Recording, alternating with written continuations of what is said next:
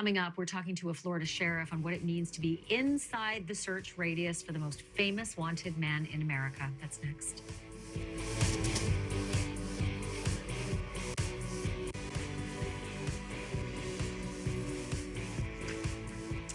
Oh, to be a fly on the wall of a police department in Florida tonight, the way I imagine it, officers are either hard at work on the manhunt for Brian Laundrie in that state, or they're on a break talking about the manhunt for Brian Laundrie in that state. Take a look at the map of that state. County by county, this is Florida. In red on the west coast is Sarasota County, where the city of Northport is located. And of course, the Laundrie little yellow bungalow. But the big money says that Brian Laundrie likely fled Sarasota anywhere up to 2 weeks ago at this point. It's a good thing I've got a Florida sheriff joining me tonight from Volusia County. It's Sheriff Mike Chitwood. You can see his county in green, well within a reasonable search radius for Brian Laundrie. And also with us is former NYPD detective Tom Ruskin, who's president of CMP Protective and Investigation Group.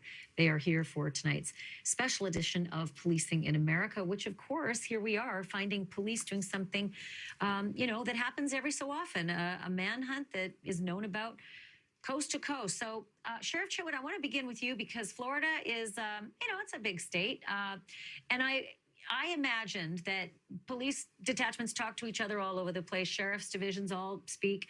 When you've got a guy who's on the run and you don't know if he went north, south, east, or west, I think he could have gone west, but how do you guys communicate and how much sharing of information is there between you? Yeah, Ashley, first of all, thanks for having me tonight. My blood pressure is up 9 million points since watching your last segment. We have a thing called Central Florida Intelligence Exchange, where all the sheriffs and police departments around the state constantly share information 24 hours a day, 7 days a week. Any tip that comes in, it's vetted through the state and through the federal government. So all the resources are to bear. I do want to say one thing, Ashley, and I know we have a lot of time, but we're discussing what happened in the back of the patrol car when they were interviewing the victim in this case. Classic domestic violence.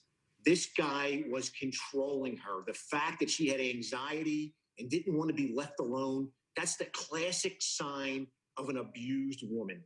And he was in her head. And flight is a consciousness of guilt in the courts of law in America. And I call on his family to do the right thing and stop being scumbags. Your son's a murderer. Let's get him in and let's do what we have to do. I think, that opinion is shared by a lot of people here. As a journalist, I got to say, gosh, he hasn't been charged with that yet. He's a fleeing fugitive from a bank fraud charge. Of an FBI, it's a national, it's federal charge. But I think a lot of people feel if he's caught that the charges with regard to Gabby's death aren't far behind. Tom Ruskin, jump in on that. The whole notion of it being an investigator. The rest of us out here, don't know how you guys do this. We just assume you fan out and you just start, looking with gumshoe footwork and then, with your fingertips tapping away on a keyboard. But how much more is there to finding someone who's now been on the run for more than 2 weeks?